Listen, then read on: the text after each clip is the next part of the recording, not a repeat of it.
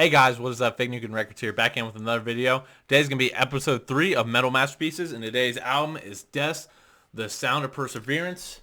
Let's dive right in. It was released on August 31st of 98 by Nuclear Blast Records. The band at this time was Chuck on vocals and guitar, Shannon Ham for guitar, Scott Schuldiner on bass, I hope I'm saying that right, and Richard Christie on drums.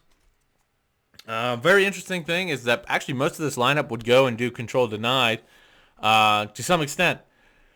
Minus Richard Christie, who later was on the Howard Stern show. Kind of interesting, but so Shannon Ham would do the guitar on the album as well as Chuck, and then Scott Schuldiner actually did the demos for Control Denied and did the bass here, which is kind of funny because that's the opposite of what Steve DiGiorgio did, as he did the demos for this album and then actually worked with Control Denied. So that's kind of cool. Let's go. This cover, we've got to talk about it. Come on, it's a lot of people love this cover. Personally, I think it's cool. It's a lot better than the old one because the old one's kind of horrible. But this one, it kind of reminds me of a British guy. You know, this is the nose, this is the mouth, yawning, and these are the fucked up teeth right here. So, I mean, it is what it is. Think of it how you will.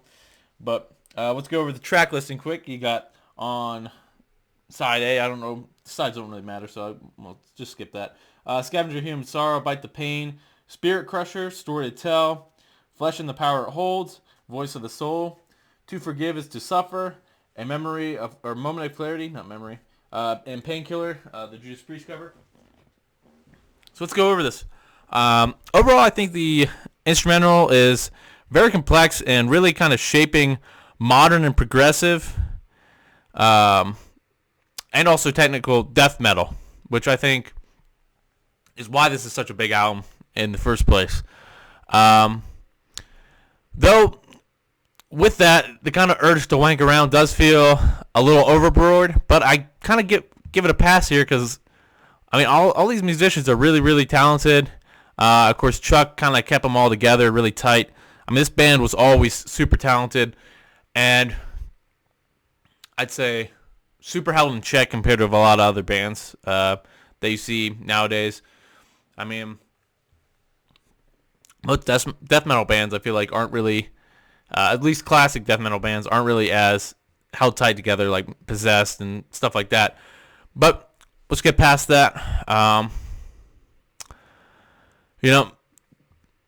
Their wankery is kind of, going back to that, is kind of, I feel like, at the time, there's very few and far between death metal bands able to actually do this. So, I mean, I think it's kind of, gives them a place to do it, but still not my favorite thing ever. But I think the mixing is really well done on this album, to me at least, because it really gives you a flavor of every instrument being played and the talents that each member has gets shown actually in the mixing. So that's one thing I really enjoy. But let's get to the vocals. My not favorite part of this album. They're honestly my least favorite from Chuck. They kind of move in a thrashy way, but are much higher than in the earlier work, so it kind of doesn't fit for me. Also with the music being more rhythmic compared to the rest of their albums, I feel like the vocals don't really contain the flow you'd want with this album. So that's kind of my general view on the album itself. Now let's go over, I'm going to start doing a new thing here. I'm going to go over the most popular song from the album, my favorite, and my least favorite. So the most popular song is Voice of the Soul. I understand why this is one of their biggest songs. It's progressive, it's guitar-centric, and it's instrumental, so it doesn't have the harsh vocals that the other songs do. So it's instantly more approachable than all their other tracks, basically. But still, it doesn't really connect with me as much as something like Cosmic Sea. But I still think it's a decent enough track. I don't think it deserves to be the most popular song on this album, but it is what it is, I guess. And my favorite on this album is going to be Flesh and the Power It Holds. Of course, this is kind of a classic. I feel like this is one of their biggest songs. I mean, it probably comes in my favorite because it has a lot of experimental stuff and kind of that heft of the earlier albums and kind of rawness as well in certain parts. I just really think this is a more reminiscent of the symbolic era than. Not to say that this album and that album don't have similarities, but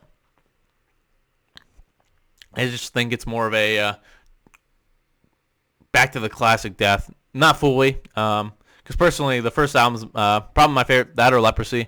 I just love those albums so much. But I still think this is a classic, of course. And let's go to my least favorite. How about Painkiller?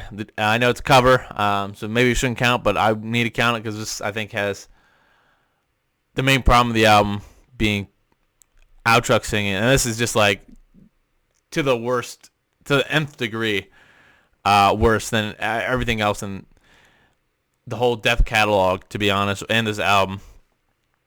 I mean, it's not a painkiller. It's painful, let's be honest. The vocals sound terrible, and honestly, I have to say this song is the worst ending to the last Death album. Kind of leaves a bad taste in your mouth after you listen, and I mean, let's go back to another cover of theirs, How About God of Thunder. I mean, it's not great. I don't think it's their best song by any means, but it definitely blows this track out of the water. So, I mean, I don't know. Let me know what you guys think of that in the comments.